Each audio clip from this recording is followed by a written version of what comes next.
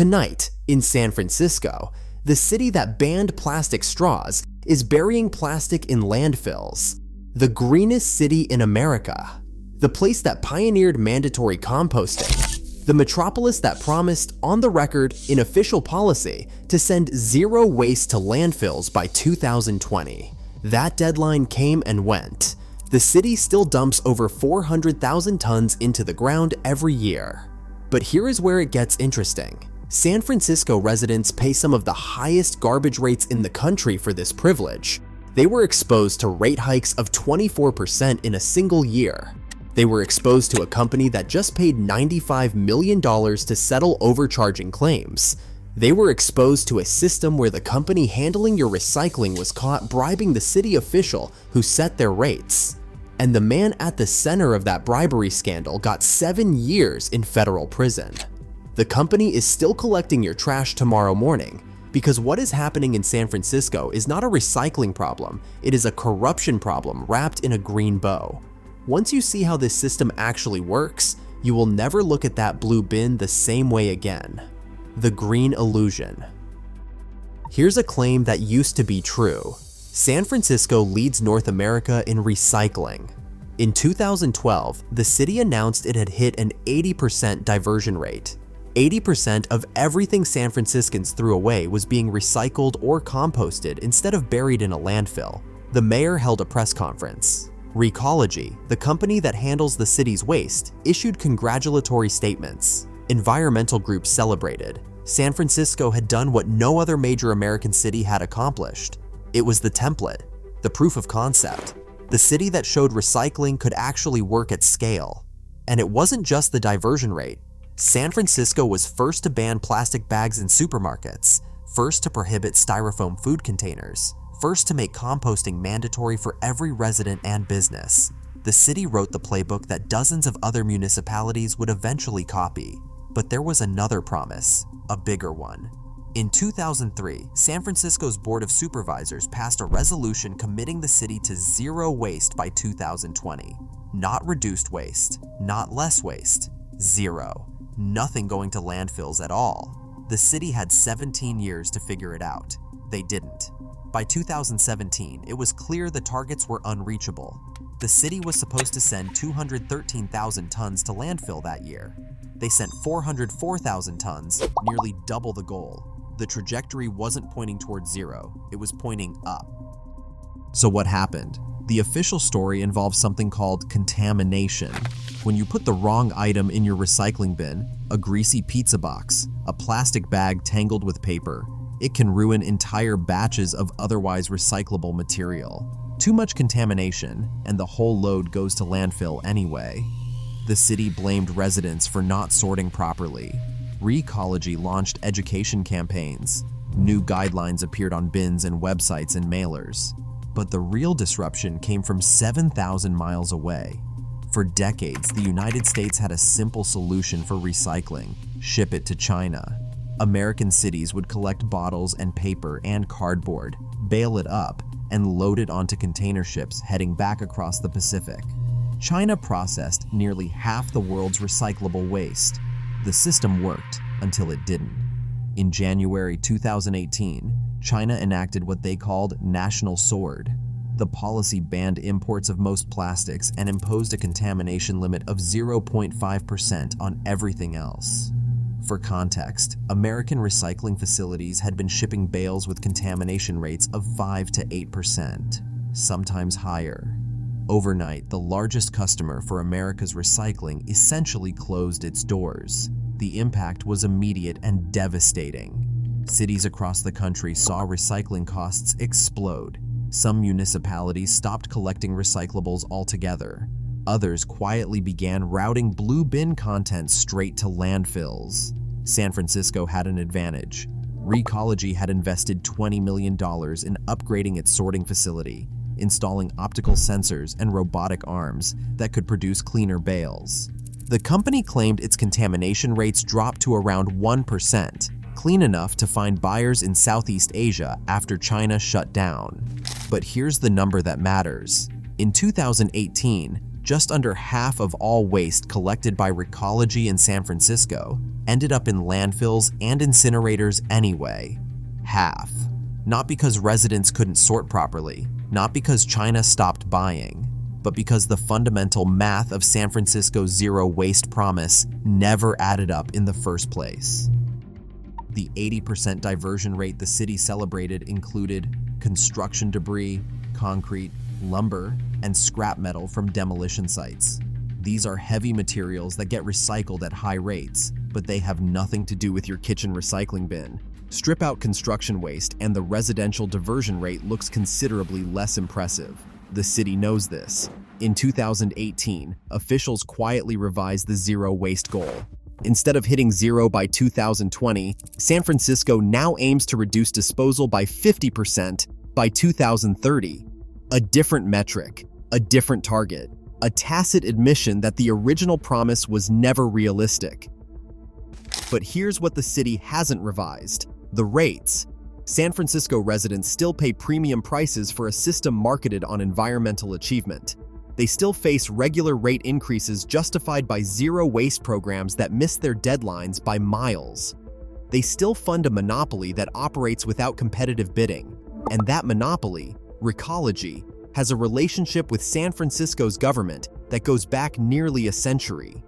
That relationship, until very recently, nobody was looking at too closely, because when you follow the money in San Francisco's recycling system, you don't find environmental innovation. You find something else entirely. So if the recycling isn't hitting targets and the zero waste goal is dead, where exactly is all that money going? The answer involves a company that has never faced competitive bidding since 1932, a rate-setting process that one supervisor called a farce, and a public works director who traded favorable decisions for holiday parties, charitable donations, and a very expensive tractor. Let's talk about a number that should make you angry: $206 million. That's how much San Francisco residents and businesses pay Recology every year for garbage collection. And unlike virtually every other major expense the city incurs, that money flows to a company that has never had to compete for the privilege of collecting it. In 1932, San Francisco voters passed an ordinance that divided the city into 97 garbage collection zones. Each zone got assigned to a specific hauler. Over the decades, those 97 haulers consolidated, merged, and were acquired, until eventually one company owned them all. That company is now called Recology. The 1932 ordinance is still in effect. It exempts Recology from competitive bidding. No other company can legally collect residential garbage in San Francisco. If you live here, you pay Recology. There is no alternative. San Francisco is the only municipality in the entire Bay Area that operates this way. Every other city in the region puts its garbage contracts out for bid. Oakland does it. San Jose does it. All 20 peninsula cities do it. Only San Francisco has maintained a voter-approved monopoly for nearly a century, and that monopoly has been tested. In 2012, retired Judge Quentin Kopp put a measure on the ballot to require competitive bidding for garbage collection. Proposition A would have split the contract into 5 parts and required the city to solicit bids like it does for every other major service. The measure lost. Badly. 76% of voters rejected it. Recology spent $1.5 million on that campaign. The company was opposed by the Democratic Party, the Republican Party, the Green Party, the Chamber of Commerce, and nearly every major labor union in the city. The message was simple: the current system works. Why change it? What nobody mentioned was who benefited from that system staying exactly as it was. Here is how garbage rates get set in San Francisco. Recology submits an application to the city requesting a rate increase. That application goes to the Department of Public Works for review. Public Works holds hearings, examines the numbers, and makes a recommendation to the Refuse Rate Board. The board votes, and the new rates take effect. On paper, this sounds reasonable. In practice, it created a system where the company being regulated had extraordinary influence over its regulator. Between 2001 and 2012, residential garbage rates in San Francisco increased 136%. The city's diversion rate during that period barely budged. Residents were paying more and more for essentially the same service. Then came 2017. That year, Recology submitted an application requesting a rate increase of more than 14%. Mohammed Nuru, the director of public works, oversaw the review process. His department recommended approval. The rate board voted yes. The increase took effect in July.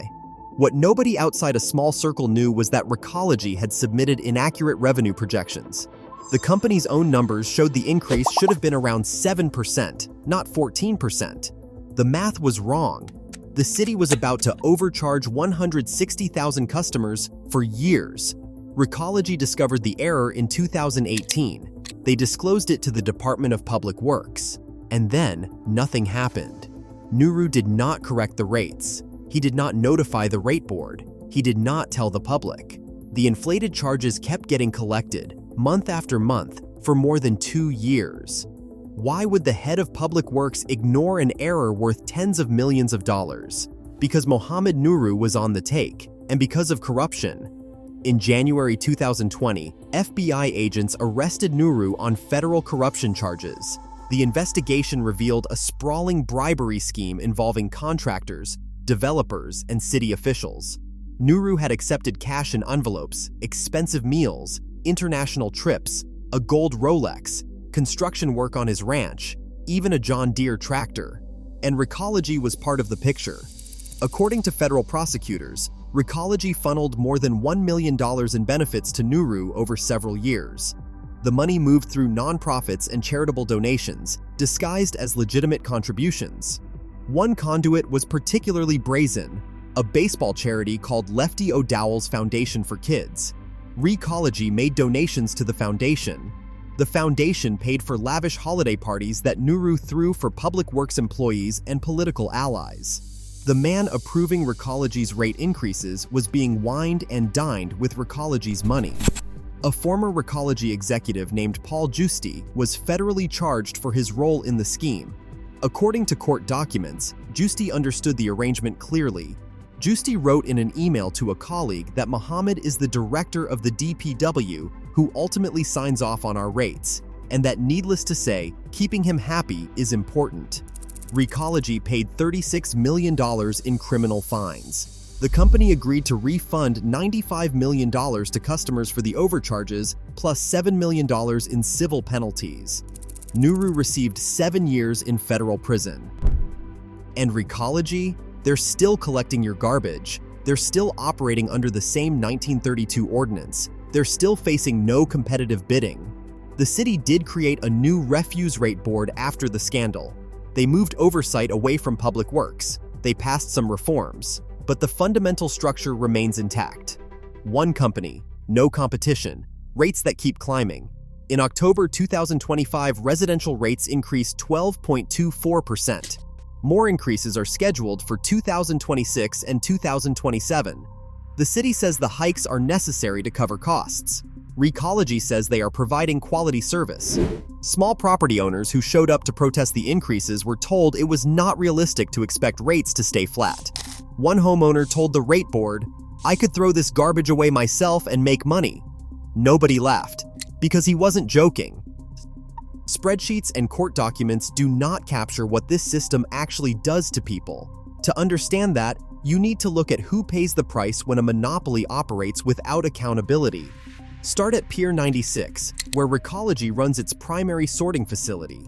Every day, 500 tons of material move through the building on conveyor belts. Workers stand on either side, pulling out items that cannot be recycled or that might damage equipment downstream. The job requires speed. The belt moves at about 2 feet per second. Workers grab foam tiles, bicycle wheels, twisted metal, splintered wood. They work around items that should never have ended up in a recycling bin in the first place. Damon Wilson has worked as a sorter at the facility. He has seen trees come through, batteries, syringes.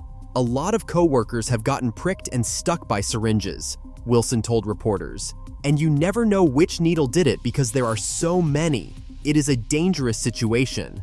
In May 2025, a 61-year-old Recology mechanic named Alfredo Romero died at the company's Tunnel Avenue facility. His family said they received a call from Recology that got his name wrong. Cal OSHA launched an investigation. The Teamsters Union, which represents Recology workers, released a statement reminding the public that waste management remains one of the most dangerous professions in the country. Romero had worked in the industry for 4 decades. His daughter said workers had complained about the company cutting corners on equipment. She said she did not really know what was relevant in this particular instance. That is the thing about working for a monopoly. When there is no competition, there is no pressure to improve, not on rates, not on service, not on safety. Now consider the small business owner. Commercial garbage rates in San Francisco are completely unregulated. Recology can charge whatever they want. A restaurant or retail shop has no leverage to negotiate. You pay what they tell you, or your garbage does not get picked up. When the price of recycled cardboard collapsed after China stopped buying, San Francisco businesses got caught in the fallout. For years, an informal network of private trucks had cruised the city collecting cardboard from businesses for free.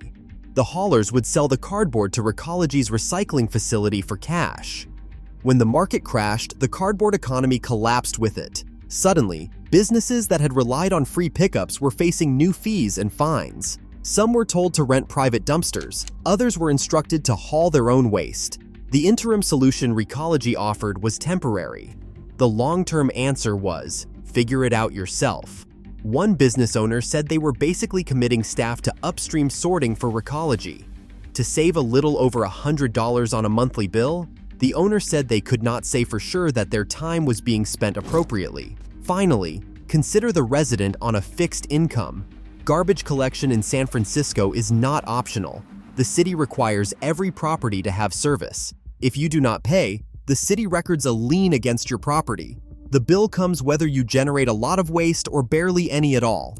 Low-income households can apply for a 25% discount, but that still means paying 75% of rates that keep climbing year after year. For seniors on Social Security, for families stretching every dollar, for anyone already struggling with San Francisco's cost of living, another 12% increase is not an abstraction. It is money they do not have. At a recent rate board hearing, residents and property owners pleaded for relief. Homeowner associations and tenant groups, organizations that normally disagree on everything, showed up united in opposition. It did not matter. The rates went up anyway. The board chair said it is not realistic that there will be no rate increase. For a company that hasn't faced competition since the Great Depression, that's certainly true. Monopolies don't lower prices. They don't have to. These stories aren't outliers. They're the predictable result of a system designed to protect itself rather than serve the public. And here's what makes it worse. Other cities figured this out years ago. They found ways to provide garbage service that costs less, works better, and does not require bribing the guy who sets the rates. San Francisco could do the same, but that would require admitting the green reputation is mostly marketing, the monopoly is mostly corruption, and the zero waste goal was mostly theater. Here is the part that should make you furious. Everything San Francisco claims it cannot do, other cities are already doing. Not experimental programs, not pilot projects. Proven systems operating at scale, with data showing they work better and cost less. Start with Seattle. Seattle runs what is called a pay-as-you-throw system. The concept is simple. The less garbage you produce, the less you pay. Residents choose their bin size. A smaller bin means a smaller bill. Recycling and composting are included free. The result? Seattle households have reduced their average garbage output by 61% since 1977. The city diverts roughly 60% of its waste from landfills. And unlike San Francisco, Seattle did not need to bribe anyone to get there. The key difference is not the bins or the trucks. It is the incentive structure. When residents pay more for throwing things away and nothing extra for recycling, behavior changes. When the company collecting your trash makes money regardless of what you do, nothing changes. San Francisco technically offers different bin sizes, but the rate structure does not create meaningful incentives to reduce waste. Commercial rates remain completely unregulated. Businesses pay whatever Recology decides to charge. Now look at San Jose. San Jose has 1.1 million residents compared to San Francisco's 870,000. It covers a much larger geographic area, and it pays roughly half what San Francisco pays per capita for garbage service. How? Competitive bidding. San Jose divided its residential collection into 3 districts in 1991 and required companies to compete for each one. The city structured contracts to reward diversion. Haulers make more money from recycling than from landfilling. Commercial customers can choose from 25 different franchise haulers competing for their business. The system generates franchise fees that flow back to the city budget. San Jose collects millions annually from waste haulers for the privilege of operating there. San Francisco collects nothing. Recology operates under a permit, not a contract. No franchise fee, no competitive pressure, no accountability beyond what the company volunteers.